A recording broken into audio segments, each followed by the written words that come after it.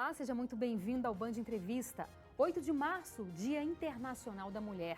Data para celebrar, mas sobretudo para analisar, de preferência de forma mais profunda, os temas que dizem respeito ao universo feminino. Claro que existem conquistas, mas ainda temos muito que avançar para alcançar o respeito que precisamos. A cada hora, em média, 500 mulheres são agredidas fisicamente só aqui no Brasil. E a cada 2 horas, uma mulher é assassinada, fruto de uma cultura ainda muito machista. Machismo que pode ser visto em piadas, comentários e até nas músicas. Uma psicóloga da Universidade daqui de Brasília fez um estudo junto com uma aluna com 300 músicas sertanejas mais ouvidas no Brasil em um período de 3 anos. E o resultado foi impressionante. E para falar sobre este e vários outros temas, nós convidamos a pesquisadora e psicóloga Vanessa Zanello. Olá! Seja bem-vinda ao Band Entrevista. Que honra, que prazer te receber aqui. Muito obrigada. Eu sei que você tem vários estudos, livro também, que a gente vai mostrar daqui a pouco. Mas eu queria começar um pouco falando sobre esse estudo dessas músicas sertanejas. Como é que surgiu essa ideia? Então, olha só, eu fiz uma pesquisa com uma aluna, a Maria Gama, e na verdade veio através da necessidade de desnaturalizar alguma coisa que é muito presente em nossa cultura, porque a música faz parte do cotidiano dos brasileiros. Sim. E a gente canta sem perceber. Sim. E grande parte dessas músicas romantizam um tipo de amor que é profundamente daninho para as mulheres. Isso tem a ver com o dispositivo amoroso, principalmente com a ideia de que elas são escolhidas, de que elas são responsáveis pela mudança do homem. Então ele era cachaceiro, vagabundo, e agora ele é um homem de família, dedicado, largou a cachaça pela sorveteria, né? Tem uma música que fala sobre isso. E isso acaba reforçando um tipo de subjetividade nas mulheres que é muito ruim. E, principalmente, romantiza também certas emoções que não são muito legais para a saúde mental das mulheres. Perfeito. Então, o que você, no seu livro até você fala da prateleira do amor, né? Que é uma metáfora que você usa, né? Exato. Isso é uma questão também interessante dentro das músicas sertanejas. Geralmente, a mulher, quando ela é retratada pela paixão e termina um amor, para ela é o fim. Então, assim, é o desespero. É como se sem um amor, sem um homem, acabasse a vida dessa mulher. O que significa a prateleira do amor? Que tem a ver com o que eu chamo de dispositivo amoroso. Quer dizer que as mulheres no Brasil aprendem uma certa forma de amar que é profundamente desempoderadora. Essa é uma das frases que tem no livro que eu lancei em 2018, que diz o seguinte: na nossa cultura, as mulheres aprendem a amar os homens e livro, né? Exatamente. Vou mostrar aqui, você pode continuar falando. E os homens aprendem a amar muitas coisas. Não pode dar certo. Então, as mulheres se subjetivam na prateleira do amor. Quer dizer o seguinte, que ser escolhida por um homem é você ser reafirmada identitariamente. Ou seja, não existe pior tragédia, talvez, no Brasil, uma das piores, do que ser solteira. A gente nunca entende uma mulher solteira no Brasil como tendo protagonismo. Isso é muito cruel para as mulheres. E a primeira coisa que a gente se pergunta, então você fica assim, 20 anos sem ver uma amiga e você pergunta para ela, a primeira coisa que você fala, e aí, casou?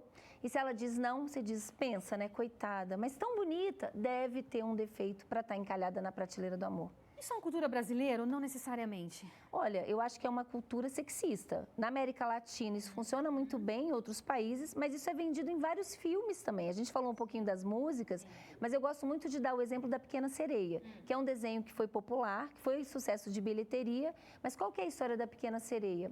É uma sereia que é super curiosa, né? Ela faz tudo o que dá na tenda. O pai dela diz assim, não vai em tal lugar, ela vai até ela conhecer um homem. E aí o que acontece quando ela se apaixona? Ela começa a barganhar com a Úrsula, que é a bruxa no fundo do mar, para conseguir ter um corpo de mulher. E o que ela abre mão para poder conquistar esse homem? Da voz. E da essência dela, né? Exatamente. Só que aí vem uma grande pedagogia afetiva para as mulheres. Se você quiser ter e manter um homem, você precisa aprender a se calar. Grande parte das doenças mentais da nossa cultura para as mulheres tem a ver com depressão e ansiedade. As mulheres aprendem a se silenciar para manter o bem-estar dos outros e manter as relações. E muitas vezes se silenciar diante de uma agressão ou de agressões. Olha, de agressões do que ela deseja. Eu já atendi mulheres mais velhas que diziam assim, eu perguntava, o que te dá prazer? E ela dizia, eu não sei. Vive em função do outro. Vive em função do outro. E isso tem muito a ver com o dispositivo amoroso. E isso, essa capa, queria que você falasse um pouco sobre essa capa do livro, que eu acho que tem a ver com isso também que a gente está falando, né? Sim, essa capa é um quadro que pertenceu aos meus avós maternos. Meu avô era um homem que viajava muito e trouxe esse quadro numa das viagens. E era um homem patriarcal, como todos os homens da época dele, tiveram 9 filhos. E numa dessas viagens, os meus tios pediram para o meu avô, para minha avó, vamos fazer uma festa e tal. Antigamente, dançar música lenta, gente, era uma coisa horrorosa, era proibido. E minha avó, como todas as mães, combinaram, ok, quando ele viajar, vocês podem dar festa, desde que ele não saiba. E assim, foi feito, esse quadro foi retirado da parede, colocado num canto e tinha um prego. Então, no outro dia, quando eles foram arrumar a casa para poder ficar tudo perfeito e meu avô não saber, o que aconteceu? Minha avó viu que esse quadro tinha um furo. E aí ela pensou, o que eu vou falar agora para o Zanello? E ela não teve dúvida, botou um esparadrapo, mas ficou um buraco branco e ela pintou uma árvore, que é essa araucária aí da capa. E meu avô passou o resto da vida se sentando na mesa de jantar e perguntando, Maria, mas vem cá, minha filha, esse quadro tinha só uma árvore. E minha avó dizia, Zanello, você está doido? Esse quadro sempre tiveram 2 árvores. Esse é um ponto muito importante porque todo mundo ri, mas para mim, como estudiosa do campo de gênero, das relações, me fica a seguinte questão, que lugar é esse que a gente se subjetiva, onde a gente tem que sempre evitar o mal-estar dos homens? Talvez tenha chegado o tempo de deixar os homens terem que se haver com o próprio buraco. As masculinidades também estão muito adoecidas no nosso país e a gente precisa falar sobre isso. Sim. Ainda é difícil, a gente estava falando dessa cultura, de uma cobrança da sociedade para que a mulher case, para que a mulher tenha família, para que tenha um padrão que nos é imposto, né? E muitas vezes se a mulher, não, eu não quero ter filho, mas como assim você não quer ter filho? Não, eu não quero ter filho. Mas sobretudo também se a mulher quer ser dona de casa, que ela possa fazer as escolhas dela de ser dona de casa, se aquilo for bem para fizer bem para ela. Então, de uma certa forma, a gente tem que nos libertar desse sentimento. Por exemplo, não, eu não vou terminar o meu casamento porque eu vou ficar solteira. E o que eu vou falar para as pessoas? E isso é uma libertação individual também? Renata, a gente tem que pensar sempre numa questão, primeiro, coletiva. Então, assim, esse é um ponto importante. Muitas mulheres se casam com o casamento. Qual é o botão, vamos colocar assim, o gatilho do dispositivo amoroso? É ser escolhida. Então, eu estou aqui, passo um homem, eu brinco no livro, é um perebado, e eu digo, é um perebado. Aí ele me diz assim, boa tarde, Valesca, trouxe um chocolate. Eu vou dizer, nossa, mas ele é até interessante. Porque me viu. Muitas mulheres, muito comum na clínica, um perebado se transformar facilmente num príncipe encantado. E qual é o botão? Ser escolhida. Então, muitas mulheres se casam com casamento. Essa prateleira do amor, ela é mediada por um ideal estético, que foi construído na nossa cultura do começo do século passado para cá, que é branco, louro, magro e jovem. Quanto mais distante desse ideal, pior o lugar na prateleira. A prateleira é ruim para todas as mulheres. Na verdade, a prateleira é boa para os homens. Na nossa cultura, um homem só fica sozinho se ele quiser. Você consegue imaginar uma Bruna goleira recebendo 500 cartas para ter visita íntima? Não. A gente tem que se esforçar para ter alguém. O homem não, porque eles lucram com o dispositivo amoroso. Então, muitas mulheres se casam com casamento, esse é um ponto importante, sobretudo quando elas vão envelhecendo, vai dando aquele desespero, o primeiro que passa, escolheu é esse aí. E o que é pior, muitas se casam com o homem que elas querem que ele se torne, e não o homem que é.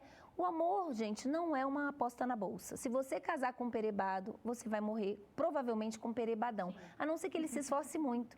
E as mídias ensinam isso. A Bela e a Fera é um bom exemplo.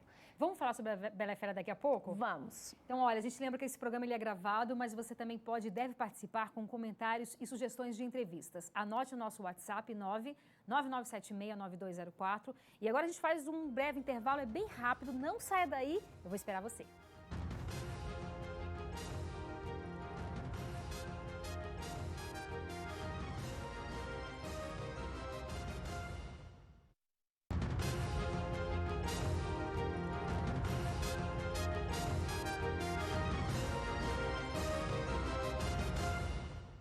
Estamos de volta com o Band Entrevista, hoje falando sobre o olhar da sociedade sobre a mulher. Nossa entrevistada é a psicóloga Valesca Zanello. Valesca, você também é professora do Departamento de Psicologia Clínica da UNB, né?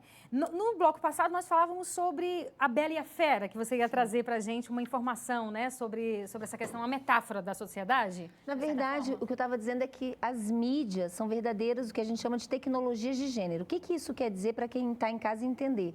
elas ensinam certos afetos. Então, a Bela e a Fera é uma péssima pedagogia afetiva. Qual que é a história da Bela e da Fera? É uma menina linda que se apaixona por uma fera e consegue transformar a fera num príncipe encantado.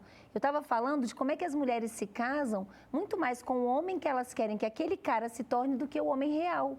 Então, isso acaba sendo uma aposta muito furada. Sim, claro. Então, esse desenho, esse filme, que fez tanto sucesso de bilheteria, é uma péssima pedagogia, porque ensina esse tipo de coisa. É muito comum no Brasil as mulheres persistirem em relações abusivas. E por quê? O amor é identitário para as mulheres no Brasil, como não é para os homens. Então, terminar uma relação amorosa é fracassar como mulher.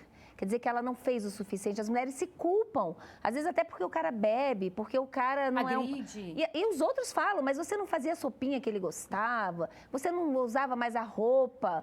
Isso, né? Pois é, então esse é um ponto importante, porque o amor não é identitário para os homens. Aí alguns homens me dizem assim, mas eu sofro no amor. Gente, ainda bem, né? Senão a gente ia para Marte, não é disso que eu estou falando.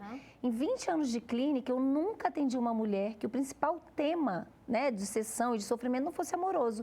Inclusive quando elas estão solteiras, Renata. Então, por exemplo, a mulher está, sei lá, 2 anos sem um parceiro, sem alguém que se interesse, ela diz, devo estar feia, acabada, velha. Por quê? O problema está com ela, entre aspas. Exatamente. Ela acha que o problema está com ela. Porque o que quer dizer a prateleira? Quer dizer que as mulheres se subjetivam na relação com elas mesmas, mediada pelo olhar de um homem que as escolha. Então, isso empodera os homens e não as mulheres. São os homens que avaliam as mulheres física e moralmente. E quem avalia os homens? Os próprios homens. Então, o mesmo mais perebado do perebado se acha no direito de julgar uma mulher. Por exemplo, aquele homem que está com aquela barriga gigante, está na praia, passa uma mulher obesa e ele diz assim, nossa, baranga. Esse homem não tem espelho, né? Si, né? Exatamente. Mas o que dá esse lugar de avaliador para as mulheres é a prateleira do amor. Então, isso marca uma hierarquia que é muito ruim para as mulheres. Não, é ruim demais. E você falou aí, você citou a Pequena Sereia, a Bela e a Fera, mas pelo que eu me lembro aqui, todos esses contos infantis colocam essa mulher, né, como uma princesa que espera ser salva por um homem, por um príncipe encantado. Isso também é uma questão que culturalmente a mulher vai absorvendo essa informação? Sim, então, existe a antropologia das emoções, que é um campo que é muito fértil, que eu acho bem interessante, que mostra como é que as emoções são configuradas culturalmente. Então, você não precisa pensar para aprender a sentir. Isso também é estimulado pela mídia. Então, filmes, desenhos, músicas têm um papel fundamental. Por isso que essas mídias têm um poder tão forte, porque quando você vê, você já está pensando daquela maneira, mas você não reconhece. Por exemplo, os bichinhos, né, cantam para a Pequena Sereia uma musiquinha que diz assim, olha, você precisa aprender a se calar, porque só as bem quietinhas vão se casar. Sério? Então, o que esse desenho está ensinando? Que é a coisa mais importante na vida de uma mulher é se casar. E para uma criança, né? Que está em formação, que ainda está conhecendo o universo, está conhecendo a vida. Mas veja, Renata, as músicas sertanejas não estão longe disso. Não. As músicas que fazem mais sucesso, e a gente tem que relembrar para quem está nos assistindo, que faz muito mais sucesso com o público feminino. Então, são as músicas que exaltam o papel dela como a mulher inesquecível. Elas adoram ouvir isso dos homens. Você é inesquecível, você é única, você é diferente de outras mulheres. Como se eu não conheço muito, enfim, não gosto muito de música sertaneja, mas todo respeito para quem gosta. Mas deve ter muito essa questão assim, eu te traio, mas eu amo você, é uma coisa assim? Aí tem uma outra coisa, às vezes aparece também, essa foi uma das categorias, né? Que é a especial e aquela que é traída. Então, eu sou a escolhida para casar, você é a amante. Nossa. Então, só que tem um ponto que isso aponta para a prateleira do amor. Se a gente se subjetiva na prateleira, então a gente se subjetiva numa relação umas com as outras pela rivalidade. Porque se eu quero ser escolhida, ou eu quero brilhar mais que a amiguinha, ou apagar o brilho da colega. E quem é que lucra com a briga entre as mulheres? Com a rivalidade? Claro! Aí você vê a atual e a ex brigando, você fala, deve ser o Brad Pitt. E é um perebado. Né? Os meninos gostaram aqui do perebado. Vai ficar, né? Como fazer para a gente tentar... É claro que é uma cultura de séculos que a gente está falando, né? Mas como fazer para a gente tentar mudar essa história? O empoderamento da mulher, né? Uma palavra que está tão na moda. Sim. Ela entra também nessa mudança de lógica? Então, excelente pergunta. A gente tem várias frentes para mudar a cultura, mas a mais importante é a educação. Então, a gente tem que trabalhar outras formas de vir a ser para as meninas. Então, estimular meninas para elas se identificarem com outras possibilidades, ser cientista, ser desbravador, conservadora, aprender o sentimento de solidão sem se sentir solitária, que não é algo estimulado para as meninas. Quer dizer, é possível você ser feliz, o amor é uma opção. Se você conhecer um cara legal e falar, esse vale a pena eu me casar, tá ótimo. E outra, não é ninguém que vai me fazer feliz, eu também não posso colocar esse peso no outro, né? Sim. Eu tô feliz por algo que está interno em mim. Ou eu tô feliz ou infeliz, eu não posso responsabilizar ninguém também por isso. E outra coisa, redescobrir a relação com as mulheres, né? Uma coisa importante que eu estava falando da prateleira é a rivalidade. Então, aprender o sentimento que hoje se fala muito, que é da sororidade, que é uma relação de apoio, de amizade, de construção de emoções positivas e não de competição. Com certeza. Um ponto que eu acho importante também dentro da prateleira, desse ideal estético, você perguntou do empoderamento, é que tem sido muito divulgada a ideia do empoderamento pela beleza. Então, a gente diz assim, hoje a gente teve Miss Indígena, Miss Negra. É muito importante ter representatividade, eu concordo plenamente. Mas se você pensar, isso é uma forma de trazer uma certa ideia de democracia para a prateleira, mas não de desconstruir. Porque o que continua valendo é a ideia de que, para você valer como mulher, você precisa se esforçar para ser bonita. Você pode ser a mulher mais incrível, mais maravilhosa, super bem sucedida, ser uma, sei lá, juíza. Não interessa. Se você estiver na praia e estiver gorda, estiver com celulite, nossa, essa mulher não tem vergonha na cara. Entra numa faca, vai para uma academia. O que se vende é... Não tem essa cobrança dos homens. Nenhuma. O que se vende é a ideia de que uma mulher só não é bonita se ela não se esforça. Não se cuida. E para isso ela tem que consumir produtos e produtos e produtos. Quer dizer, é uma rede, né? Sim. É uma rede. O empoderamento pela beleza, ele, digamos assim, ele pode ser um ponto necessário para fazer um caminho, mas ele geralmente, se fica nisso, é um empoderamento colonizado. Concordo. Em uma prisão também. E olha, a gente lembra que esse programa ele é gravado, mas você também pode participar com comentários e sugestões de entrevistas. Anote o nosso WhatsApp 999769204. E agora a gente faz mais um breve intervalo, o último. Não saia daí, eu espero você.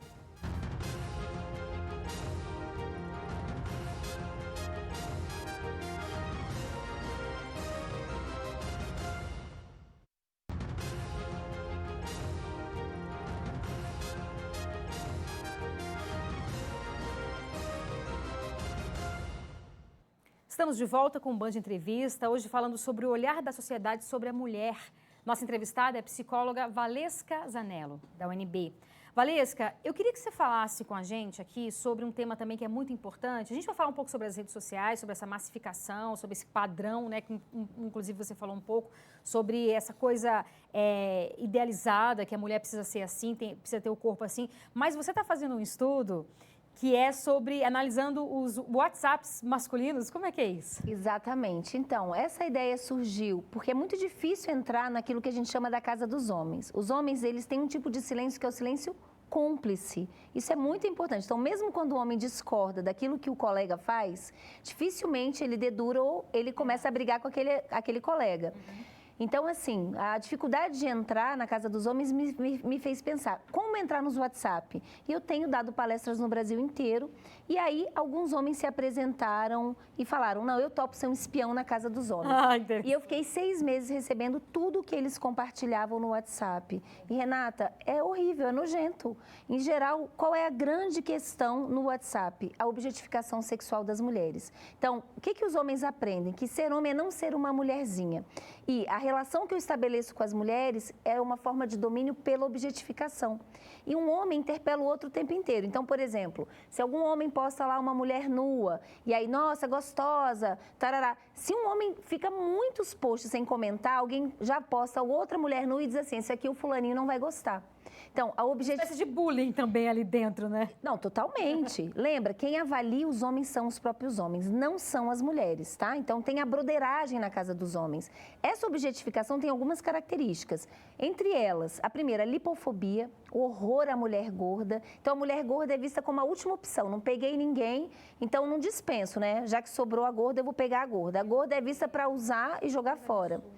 Ou ser risível. Então, tem vários filminhos assim, do cara transando com a mulher gorda e, de repente, ela estoura. Aí todo mundo kkkk. Segundo, é extremamente racista. Então, existe um valor dos corpos, das vaginas e dos peitos. Então, geralmente, o rosa, branco tem mais valor. Terceiro, é etarista, mulheres velhas. E aí a gente mostra como a prateleira é democrática no sentido de que é ruim para todas. Todo mundo, se viver bastante tempo, vai envelhecer. A ideia da velhinha é que eu vou pegar a velhinha se, digamos assim, não tiver uma outra opção. E aí a frase é: quem dispensa é exército. Isso apareceu em vários posts. Então, esse é um ponto importante. Ser homem é dar a prova dessa virilidade sexual. E mesmo em temas sérios. Na época da queimada da Amazônia, um dos posts compartilhado era a virilha de uma atriz famosa, na década de 80, com pelos. E depois, olha, até a virilha da fulaninha está desmatada. Então, essa objetificação serve para tudo, para política. É uma coisa muito infantil, venhamos e convenhamos, né, Valentina? Olha, é muito infantil, mas é muito violenta. Inclusive, uma das coisas que é estimulada dentro do WhatsApp masculino é principalmente a brincadeira com as violências. Eu tenho um exemplo que eu acho, para mim, eu achei muito chocante, que era uma foto do Bruno, do goleiro, do feminicida, com a atual namorada, e do lado tinha uma fila de cães com bacias de alumínio. E aí, escrito embaixo, Bruno está de namorada nova. E isso era motivo de riso. Meu Deus. Então, também se estimula muito a ideia do gaslighting, né? Para quem está nos ouvindo e não sabe o que é gaslighting, é aquela coisa que a mulher encontra uma marca de batom na camisa, é uma camisinha não sei aonde, e aí o cara fala: você está ficando louca? Inverte. Inverte e faz a mulher começar a duvidar da percepção e da saúde mental. Isso é estimulado nesses grupos. Então, um exemplo era uma mulher de short bem curtinho, enfiado na bunda, passando na frente de uma Kombi. E aí vinha com um áudio, o cara dizia assim: gente, eu estou morrendo de rir aqui. Estava com a fulana, com a esposa, e ela começou a dar um chilique e tal, achando que eu estava olhando para a bunda dessa mulher. Aí tinha foto da mulher. E aí eu falei: que isso, fulana? Eu estou olhando, eu estou impressionado, mas é porque eu nunca vi uma Kombi com roda de Opala. Aí todo mundo kkkk. Então, pois é, então são pedagogias afetivas. As redes sociais são tecnologias de gênero. E isso adoece a mulher. Com certeza, mas isso também tem um impacto na mulher na prateleira do amor. Por quê? Eu falei que a prateleira ela é mediada por um ideal estético. Então, muitas mulheres, às vezes, se auto-objetificam para terem chance de serem escolhidas na prateleira. E, na verdade, isso é um jogo perverso, porque quando ela se auto-objetifica, a chance dela ser escolhida para uma relação afetiva é pequena. Porque isso já é desconstruído dentro da masculinidade, entende? Então, esse é um ponto muito importante. Tem um desencontro aí muito grande.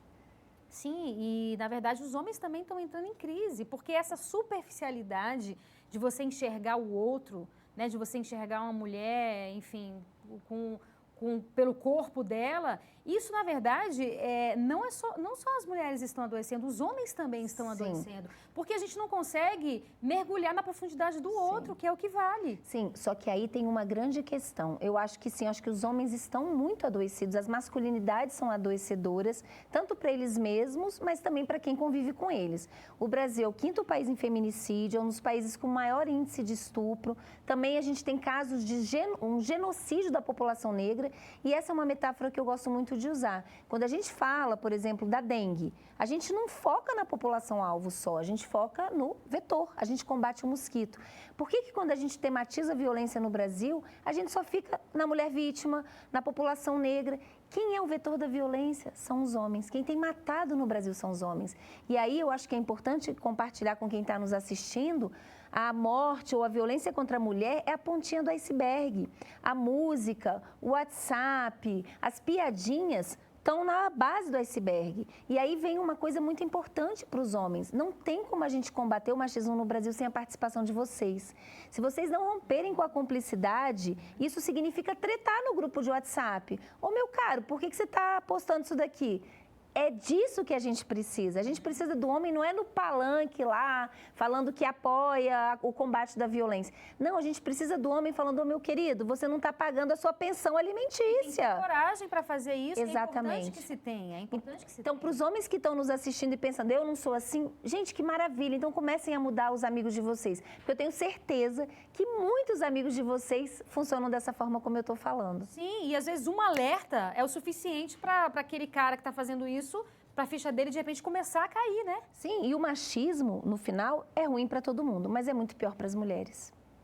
Maravilha, que bom poder falar com você aqui. Uma última coisa, dá tempo aí, né, pra gente falar uma coisinha? Queria falar um pouco sobre essa questão da rede social também, não especificamente do WhatsApp, que, assim, nós mulheres somos bombardeadas também, né, com outras mulheres, com corpos perfeitos, que muitas vezes é Photoshop e tal. Então entra um pouco da questão da sororidade que você estava dizendo, né? E talvez a gente começar a valorizar outras coisas que são muito mais importantes. Sim. Então, isso fortalece a ideia do ideal estético na prateleira do amor, e que é sempre da ordem do impossível, ou seja, é um corpo impossível de ser atingido. Mas uma coisa que eu acho bem importante é que isso é uma tecnologia de gênero para manter a gente insatisfeita com a gente mesma. No Brasil, uma média de consumo das mulheres brasileiras em todas as classes sociais é de 20% do que elas conseguem receber de salário com produtos de beleza, que vai desde o Jequiti, né, ou de produtos mais baratos, a produtos chiques. Gente, é muita coisa, incluindo aí perfume, desodorante, maquiagem. A gente poderia fazer muita coisa. O Brasil é um dos países que mais consome cirurgia plástica. E isso tem a ver... menos lê, né? Exatamente. E isso tem a ver com essa ideia de que eu preciso me fazer passível de ser escolhida. Tá? Então, assim, é desconstruir essa prateleira. Sim, sim. Temos que romper com isso. Parabéns. Quem quiser comprar o seu livro, como é que faz? Tem na Amazon, consegue encontrar no Google, muito fácil. Só jogar o nome do livro, o meu nome, você encontra o link para comprar. Maravilha. Adorei o nosso bate-papo. Muito obrigada. Foi um prazer estar aqui. Quero ter você aqui mais vezes para a gente conversar, nos aprofundar um pouco mais sobre esses assuntos que são tão importantes para toda a sociedade. Sim, né? Obrigada, Renato. Foi ótimo. Foi ótimo. Obrigada, viu? E o Band Entrevistas de hoje fica por aqui. Muito obrigada pela sua audiência e companhia. A gente volta a se encontrar no próximo sábado. Eu espero você. Até mais. Tchau, tchau.